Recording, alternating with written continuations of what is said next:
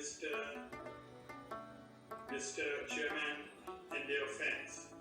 I thank International Human Rights Commission as intergovernmental organization and the World Youth Summit of Peace for hosting this webinar gathering. And I welcome those joining online around the world. We meet in this unusual way as we enter the last month of this unusual year.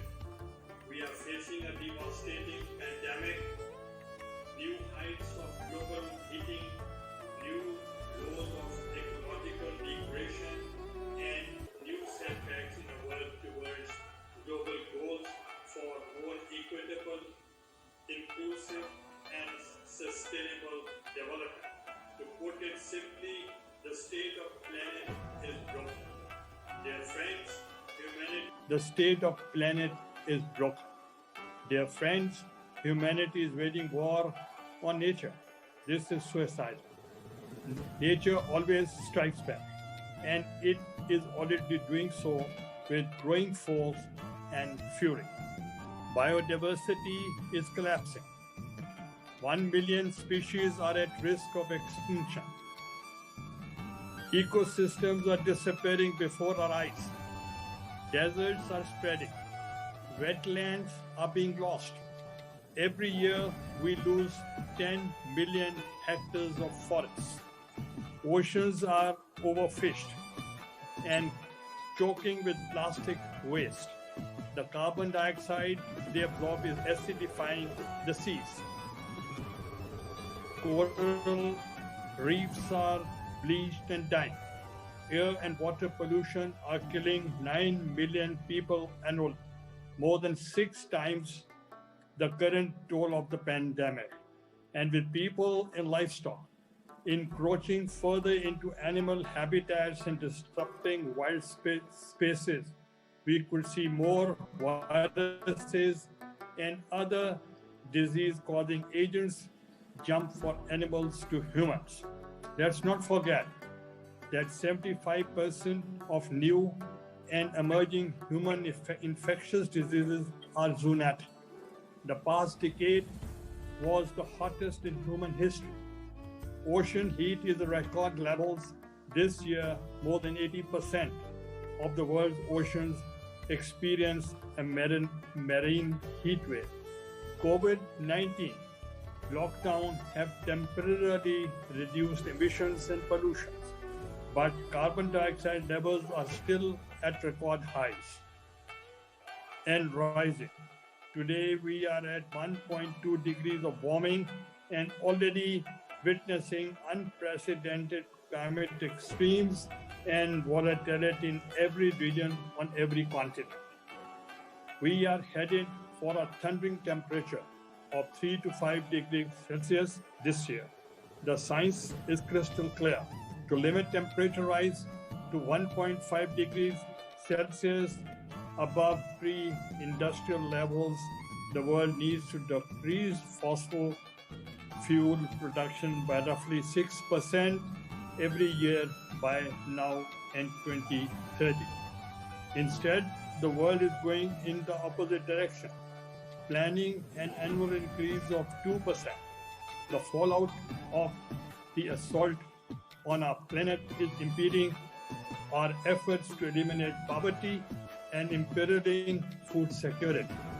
And it is making our work for peace even more difficult, as the disruptions drive instability, displacement, and conflict. As always, the impacts fall most heavily on the world's most vulnerable people. Those who have done the least to cause the problem suffer the most. Even in the developed world, the marginalized are the first victims of disasters and the last to recover. It is no coincidence that 70% of the most climate vulnerable countries are also among the most politically and economically fragile. It is not happenstance that 15 countries most susceptible to climate risks, 8 host a United Nations peacekeeping or special political mission. Pakistan is one of out of 8 countries. In my government, we took the bold steps to announce the emergency policy to deal with the severe electricity shortages facing Pakistan and civil nuclear technology, and inaugurated 2 nuclear power plants in 2012.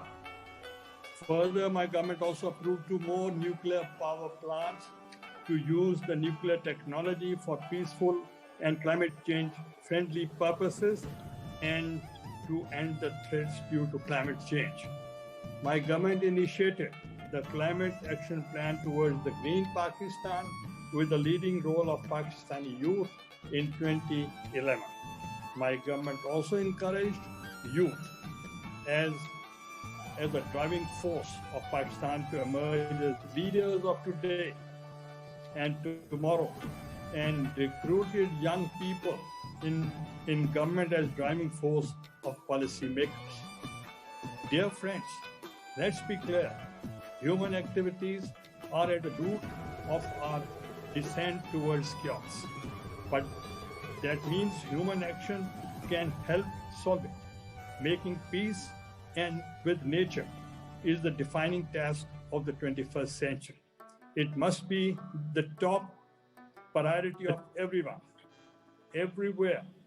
In this context, the recovery of the pandemic is an opportunity.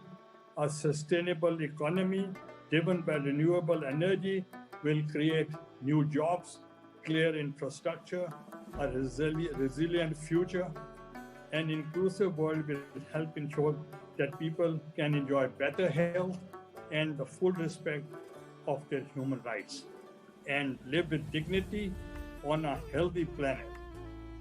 COVID recovery and our planet's repair can be 2 sides of the same coin. Dear friends, let me start with climate emergency. We face 3 imperatives in addressing the climate crisis. First, we need to achieve global carbon neutrality within the next 3 decades. Second, we have to align global finance behind the Paris Agreement, the world's blueprint for climate action.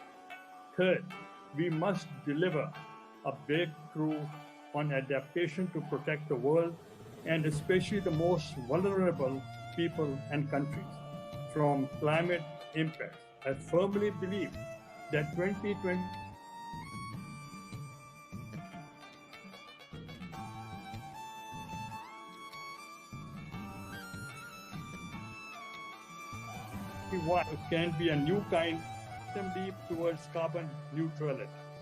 Dear friends, renewable energy is now the first choice, not just for the environment, but for the economy. But there are worrying signs. Some countries have used the crisis to roll back environmental protections. Others are expanding natural resource exploitation and retreating from climate ambition.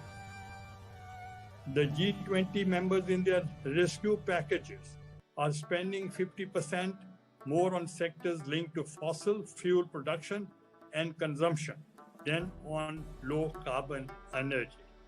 And beyond announcements, all must pass a credibility test. Let me take the example of shipping. If the shipping sector was a country, it would be the world's 6th biggest greenhouse gas emitter. Dear friends, let's remember there can be no separating climate action from the larger planetary picture. Everything is interlinked. The global commons and global well-being.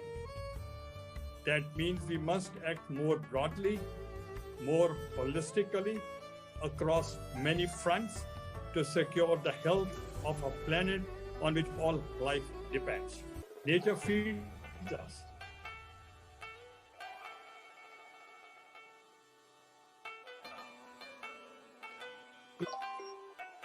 Generates our oxygen, shapes our culture, and our faith and forges on very identity. 2020 was to have been a super year of nature. The pandemic had other plans for us. Now we must use 2021 to address the planetary emergency. Let's also recognize central role of women. The impacts of climate change and environmental degradation fall most heavily on women. They are 80% of those displaced climate change. But women are also the backbone of agriculture and key steward of natural resources. They are among the world's leading environmental human rights defenders. And women's representation in national parliaments is linked directly to the signing of climate action agreements.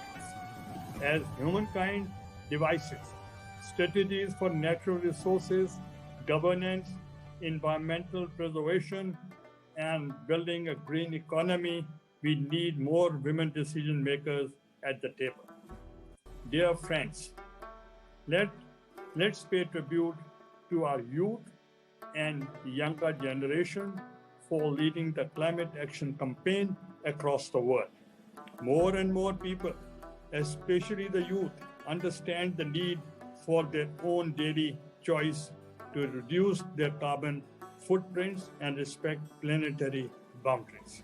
And we see inspiring waves of social mobilization of young people, from protests in the streets to advocacy online, from classroom education to community engagement, from voting booths to places of work.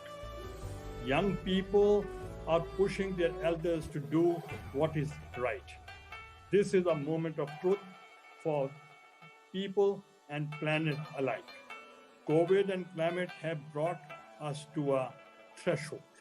We cannot go back to the old normal of equality, injustice, and heedless dominion over the earth. Instead, we must step towards a safer, more sustainable, and equitable path. Now is the time to transform humankind's relationship with natural world and follow the demands made by our youth who are changing the world with their resilience and leading role. We must acknowledge and appreciate their timely struggle to awake the whole world on environmental issues, and we must do so together.